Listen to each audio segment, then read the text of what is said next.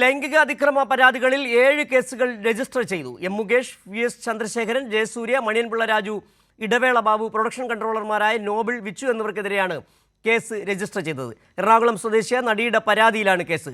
തിരുവനന്തപുരത്തും കൊച്ചിയിലുമാണ് case register ചെയ്തിരിക്കുന്നത്. വിവരങ്ങളുമായി കൊച്ചിയിൽ നിന്ന് ഞങ്ങളുടെ പ്രതിനിധി ഉമേഷ് ചേരുകയാണ്. ഉമേഷ്, കൊച്ചിയിലെയും ഒപ്പം തന്നെ തിരുവനന്തപുരത്തെയും വിവിധ പോലീസ് സ്റ്റേഷനുകളിലാണ് ഈ 7 കേസുകൾ നടിയുടെ പരാതിയിൽ രജിസ്റ്റർ ചെയ്തിരിക്കുന്നത്.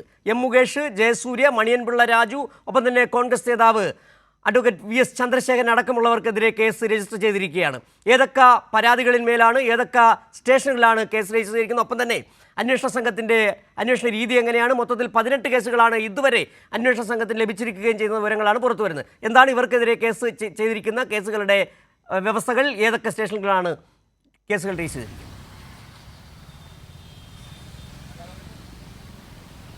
സിജു, ഈ നടിയുടെ ആലുവയിൽ താമസിക്കുന്ന ഈ നടിയുടെ വിശദമായ മൊഴി ഇന്നലെ രേഖപ്പെടുത്തിയിരുന്നു. ഇന്നലെ പകൽ തുടങ്ങിയ മൊഴിയെടുപ്പ് രാത്രി ഏറെ വൈകിയാണ് അവസാനിച്ചത്. 10 മണിക്കൂറിലധികം മൊഴിയെടുപ്പ് നീണ്ടു നിന്നു.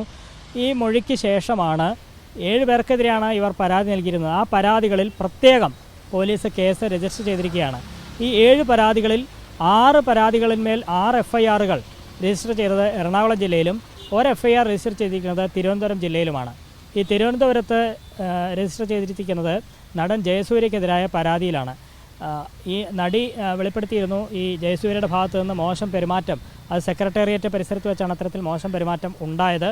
അതിൻ്റെ അടിസ്ഥാനത്തിൽ കൻ്റോൺമെൻറ്റ് പോലീസാണ് ജയസൂര്യക്കെതിരെ കേസെടുത്തിരിക്കുന്നത്. ആ FIR രജിസ്റ്റർ ചെയ്തിരിക്കുന്നത് തിരുവനന്തപുരം ജില്ലയിലെ കൻ്റോൺമെൻറ്റ് പോലീസ് സ്റ്റേഷനിൽ.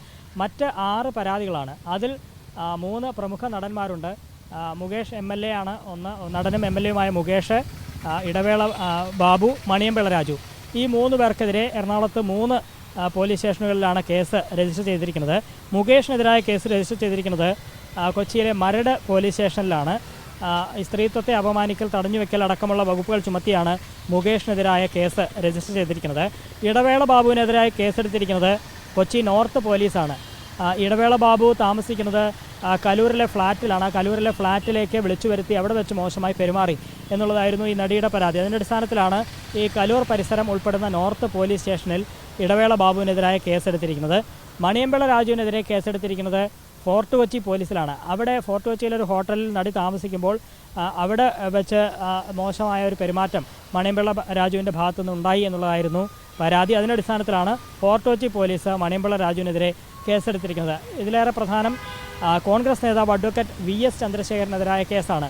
VS ചന്ദ്രശേഖരനെതിരെ ഈ നടി പരാതി നൽകിയിരിക്കുന്നത്, പരാതിയിൽ പറയുന്ന സ്ഥലം ബോൾഗാട്ടിയിലൊരു ഹോട്ടലിലാണ്. അവിടേക്ക് സിനിമയിലൊരു ലൊക്കേഷൻ കാണിക്കാം എന്ന് പറഞ്ഞ് കൂട്ടിക്കൊണ്ടുപോയി അവിടെ ഒരു നിർമ്മാതാവിന് തന്നെ കാഴ്ചവെച്ചു എന്നുള്ളതായിരുന്നു അഡ്വക്കേറ്റ് ചന്ദ്രശേഖരനെതിരായ പരാതി. ആ പരാതിയുടെ അടിസ്ഥാനത്തിൽ കൊച്ചി സെൻട്രൽ പോലീസാണ് ഈ കേസെടുത്തിരിക്കുന്നത്. ബലാത്സംഗം, ഗൂഢാലോചന അടക്കമുള്ള കുറ്റങ്ങൾ ചുമത്തിയാണ് ചന്ദ്രശേഖരനെതിരെ കേസെടുത്തിരിക്കുന്നത്. ഇതുകൂടാതെ സിനിമയുമായി ബന്ധപ്പെട്ട 2 പ്രൊഡക്ഷൻ കൺട്രോളർമാർ, അതിലൊരാൾ നോബിൾ, രണ്ടാമത്തെ ആൾ വിച്ചു, ഇവർക്കെതിരെയും കേസെടുത്തിട്ടുണ്ട്. ഈ നോബിളിനെതിരെ കേസെടുത്തിരിക്കുന്നത് പാലാരിവട്ടം പോലീസും വിച്ചുവിനെതിരെ നെടുമ്പാശ്ശേരി പോലീസുമാണ് കേസെടുത്തിരിക്കുന്നത്.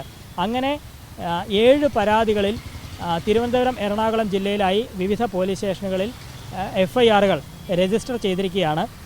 ഇനി ഇതുമായി ബന്ധപ്പെട്ട മൊഴി വിശദമായ പരിശോധനയ്ക്ക് അന്വേഷണ സംഘം വിധേയമാക്കും. ഈ പരാതിയിൽ പറയുന്ന സംഭവങ്ങളെല്ലാം നടന്നത് ഏതാണ്ട് 10 വർഷം മുമ്പാണ്. 10ഉം 12ഉം വർഷം മുമ്പ് നടന്ന സംഭവങ്ങളാണ്. അതുകൊണ്ട് വളരെ വിശദമായൊരു പരിശോധന, വിശദമായൊരു അന്വേഷണം ഈ പരാതികളിലൊക്കെയും വേണ്ടതാണ്. ഓരോ പരാതിയും ഓരോ പ്രത്യേക കേസായി എടുത്തു തന്നെയാണ് അന്വേഷിക്കുന്നത്. വിവിധ പോലീസ് സ്റ്റേഷനുകളിലാണ് ഈ കേസ് രജിസ്റ്റർ ചെയ്തതെങ്കിലും ഇത് അന്വേഷിക്കുന്നത് പ്രത്യേക സംഘം തന്നെയാണ്. പ്രത്യേക നിലവിൽ ഈ DIG അജിത ബീഗത്തിന് മെയിൽ വഴി നൽകിയ പരാതി 7 പരാതികൾ, അതിൽ 6 പരാതികളിന്മേലാണ് ഇപ്പോൾ ഈ എറണാകുളത്ത് 6 പരാതികളും എറണാകുളത്താണുള്ളത്. ഈ അന്വേഷണ DIGക്ക് ലഭിച്ച പരാതി അതാത് സ്റ്റേഷനുകളിലേക്ക് കൈമാറി. അതിൻ്റെ അടിസ്ഥാനത്തിൽ അവിടെയാണ് FIR രജിസ്റ്റർ ചെയ്തിരിക്കുന്നത്. ഒരു നടി 6 പരാതികൾ, 6 പേർക്കെതിരെ.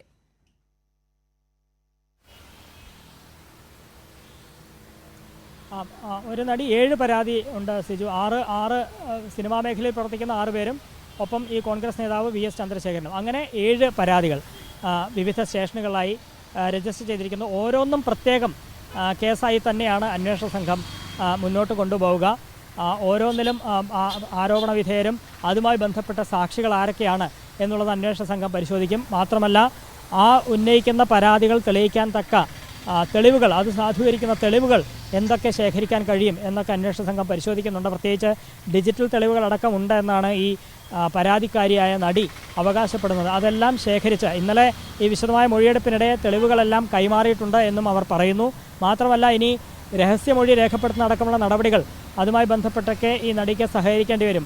അത്തരത്തിൽ അന്വേഷണ സംഘവുമായി പൂർണ്ണമായി സഹകരിച്ച് ആവശ്യമെങ്കിൽ രഹസ്യമൊഴിയടക്കം നൽകിക്കൊണ്ട് മുന്നോട്ട് പോകാം എന്ന് നടിയും അറിയിച്ചിട്ടുണ്ട്. ഈ സാഹചര്യത്തിൽ ഓരോന്നും ഓരോ പ്രത്യേക കേസായി വിശദമായി പരിശോധിച്ച് ആ ഓരോ കേസിലും ഉൾപ്പെടുന്ന സാക്ഷികൾ ആരൊക്കെയാണെന്ന് കണ്ടെത്തി ഓരോന്നിലുമുള്ള തെളിവുകളൊക്കെ ശേഖരിച്ച് സമാഹരിച്ച് വിശദമായി പരിശോധിച്ചുകൊണ്ട് തന്നെയാകും അന്വേഷണ സംഘം. അത്തരത്തിൽ പഴുതടച്ച അന്വേഷണമാകും മുന്നോട്ട് പോകുക.